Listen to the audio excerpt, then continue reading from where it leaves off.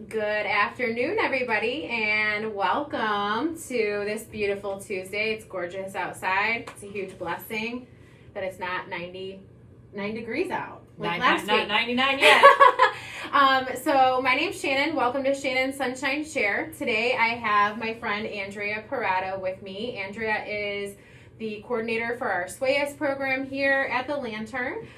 She has been an STNA for, 21 years. She's also a certified dementia practitioner, and Andrea was with us a couple weeks ago, and we talked about acclimation to a new environment. When we're talking about our family members and loved ones entering into a new environment from home, or even going into the hospital from home, any type of change in environment and what to expect from that. So we talked a good amount about that. We did. So today I thought, we talked and we thought it might be a good idea to talk about our environment here at the Lantern, which if you haven't been in any of our buildings, or you haven't had a tour, or you haven't checked this out online, I definitely encourage you to do that, because we have a pretty cool thing going on in our buildings here in Northeast Ohio, and that is our Svayus Environment.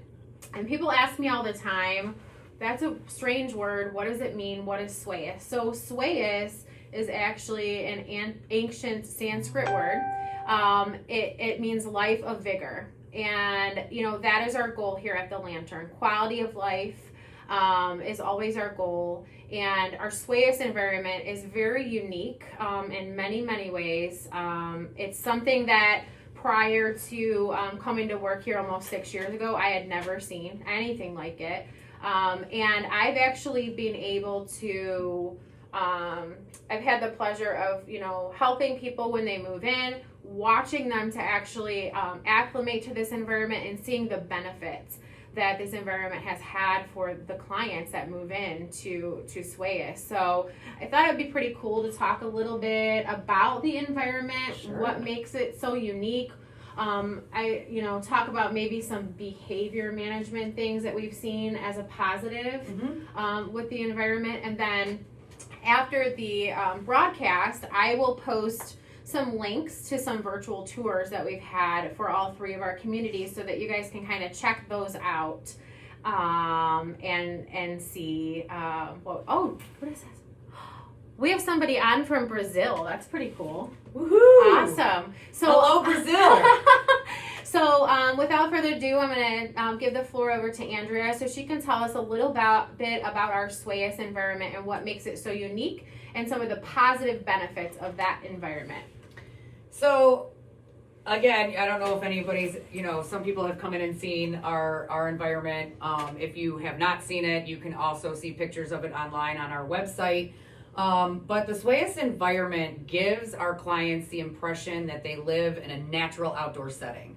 And we as humans constantly receive stimulus from our environment, from our surroundings, good or bad. We're constantly, stimulated by that.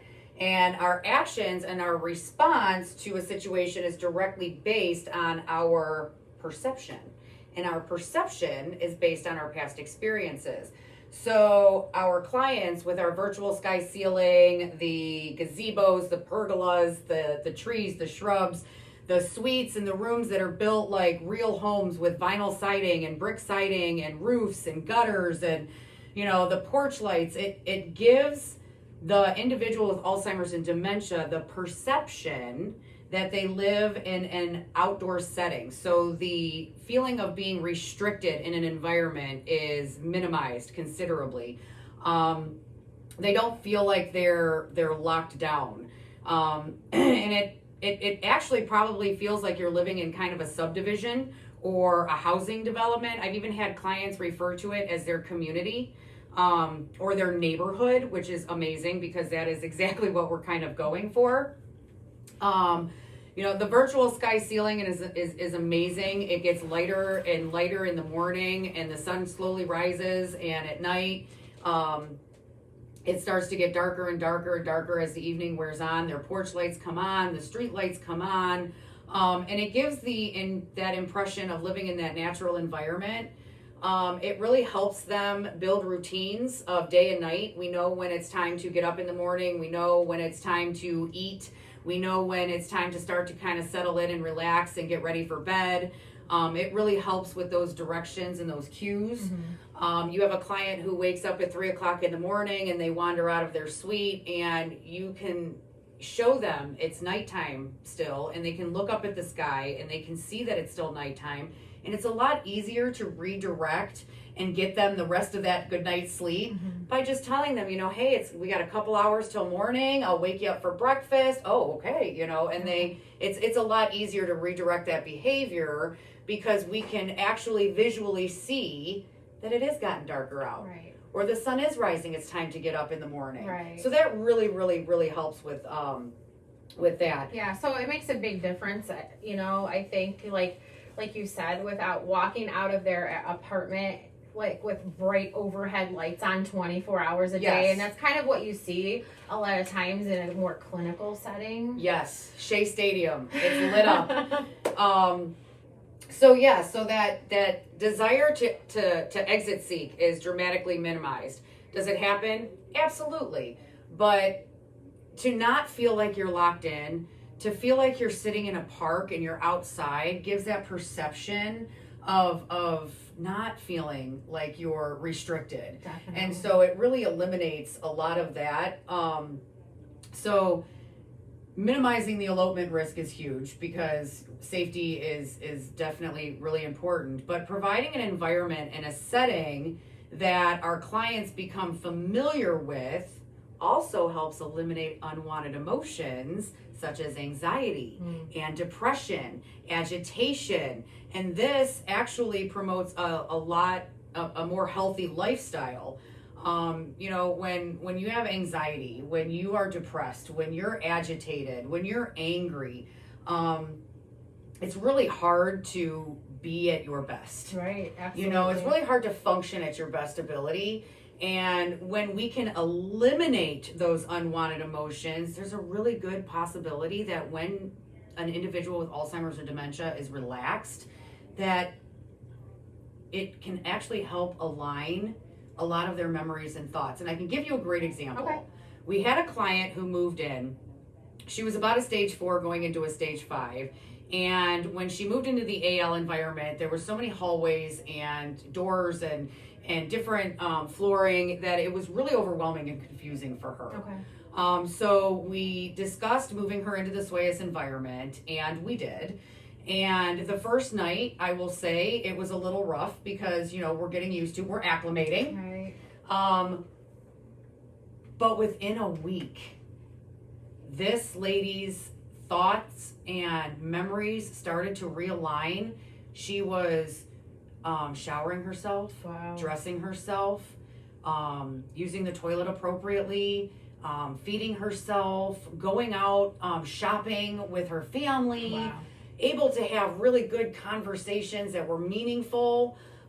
So being able to take away all that emotional upheaval really does help just kind of balance them out and just kind of realign, and they don't have as many of those emotional upheavals Sure. That as makes they would perfect sense. normally have. Yeah. So again, we as humans perform at our best ability when we are stress-free.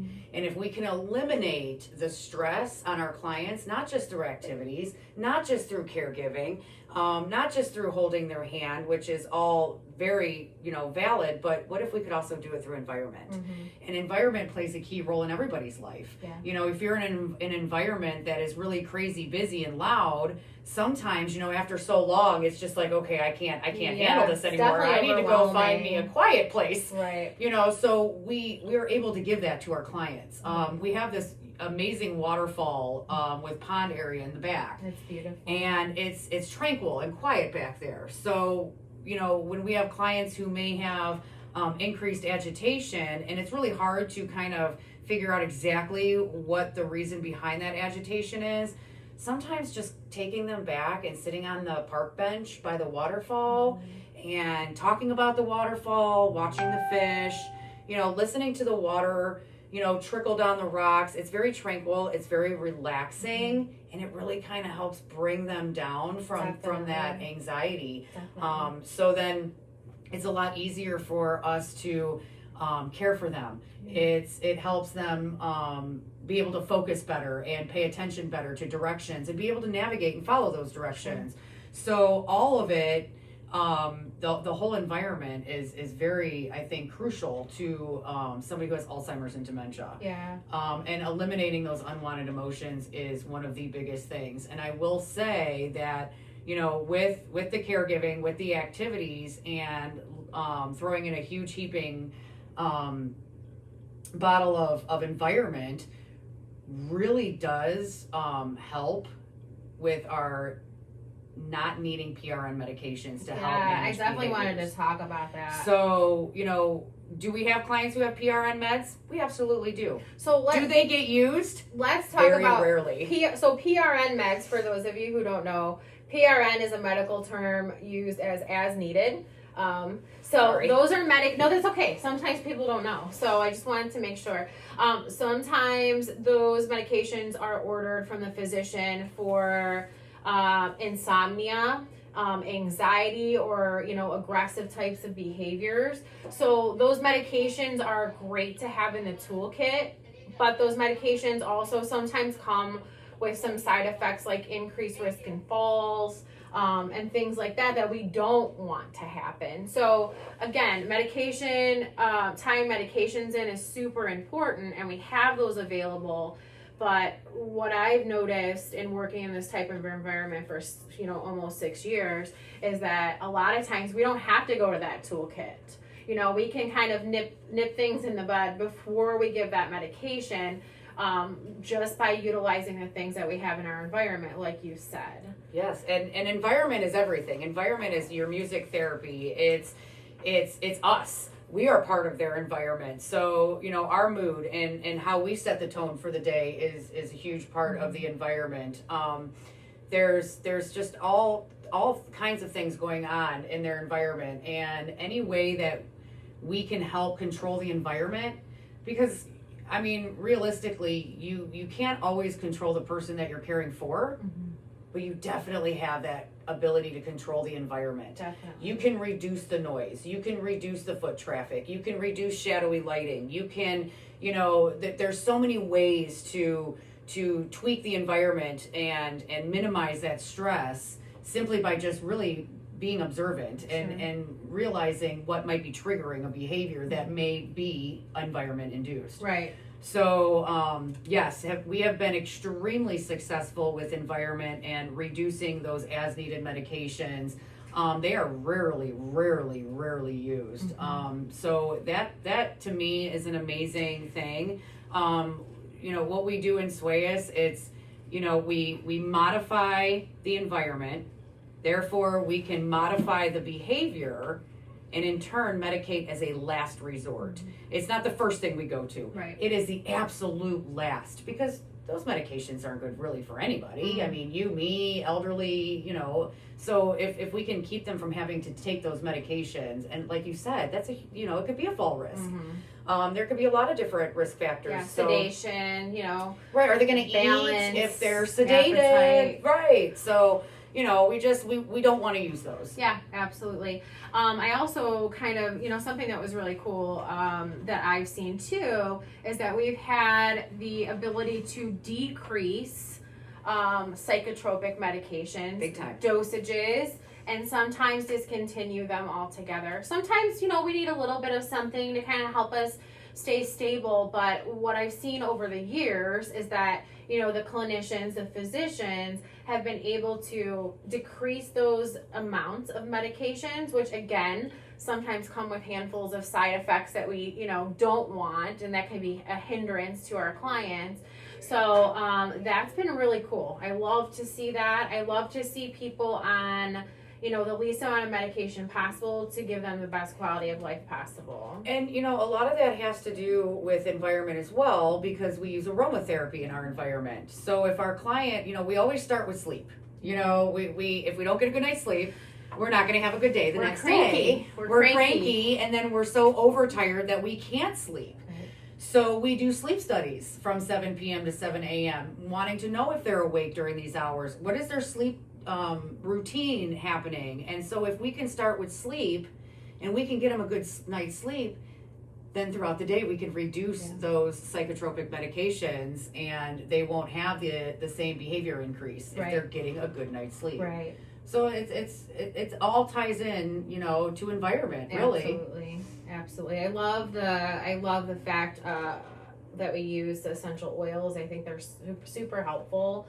I remember we talked to, you know, they can be used to increase appetite. The lavender is amazing for sleep. You know, you got your peppermint and your lemon to put a little pep in the air, you know, kind of wake you up and make you feel, you know, fresh and ready to go. So I love that. I love the music therapy. I think, you know, that it's been super helpful for a lot of our clients.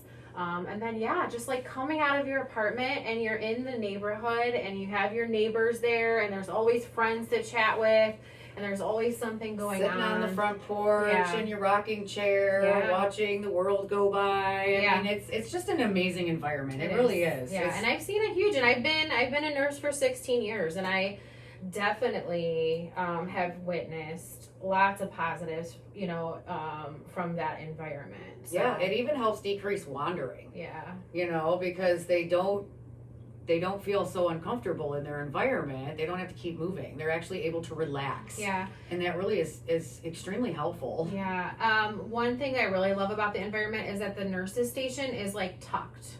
So the nurses station is not in the middle of the unit. There's no nurse's desk on the unit. You know, it's in a totally separate area that allows the nurse to, you know, keep her medication cart in there. It also allows the nurse to see the entire unit while she's documenting or while she's in there in the nurse's station working, you know, so it there's no clinical type of feel to that environment. You know, it's very natural. And so that's something that's pretty cool too that I really loved.